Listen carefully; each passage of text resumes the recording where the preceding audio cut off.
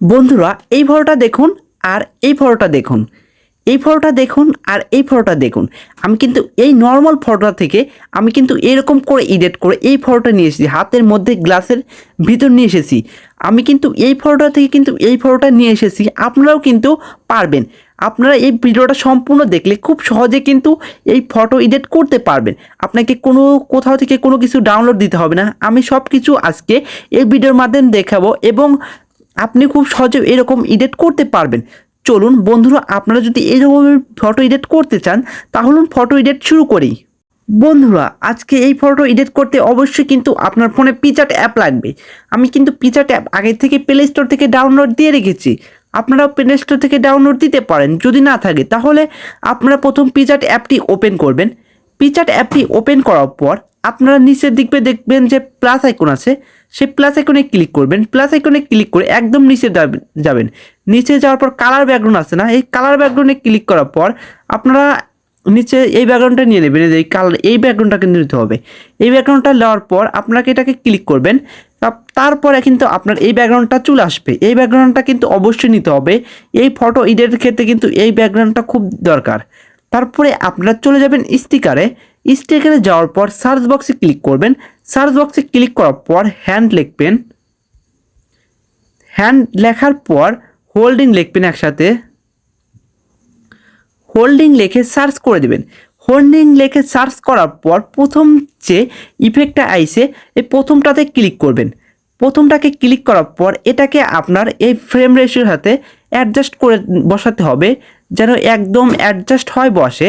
তারপরে কি করবেন, এখন আপনি যে ফটোটা দিয়ে কাজ করতে চান, মানে যে ফটো আপনি এখানে অ্যাড করতে চান, সেই ফটোটা এখন নিয়ে আসবেন এখানে।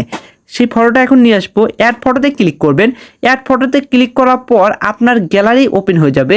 আপনি যে ফটো দিয়ে এটা কাজ করতে চান সেই ফটো কিন্তু এখন নিয়ে আসবো। আমি একটা ফটো দিয়ে আপনাদেরকে দেখিয়ে দিচ্ছি। একটা ফটো আমি যে ফটো দিয়েই করি আপনারা দেখুন। আপনারাও কিন্তু আপনার যে ফটোতে করবেন সেই ফটো কিন্তু অ্যাড করে দিবেন।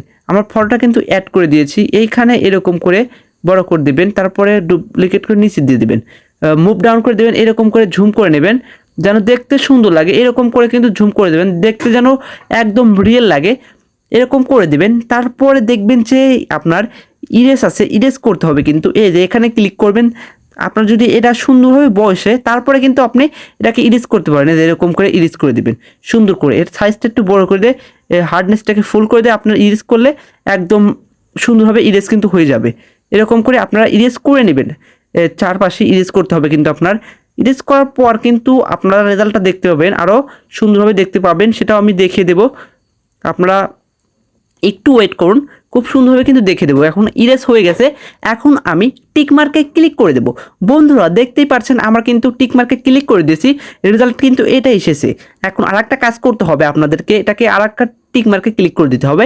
টিক মার্কে ক্লিক করে দেওয়ার পর আপনারা কি করবেন, দেখবেন যে লেখা আছে টুলসে যাওয়ার পর ক্রপ করে নিতে হবে। আপনাকে অবশ্যই ক্রপ করে নিতে হবে। ক্রপ করে না নিলে কিন্তু হবে না বন্ধুরা।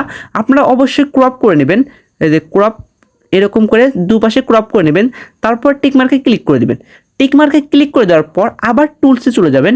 টুলসে যাওয়ার পর দেখবেন যে নিচে অ্যাডজাস্ট আছে, সেই অ্যাডজাস্টে ক্লিক করবেন।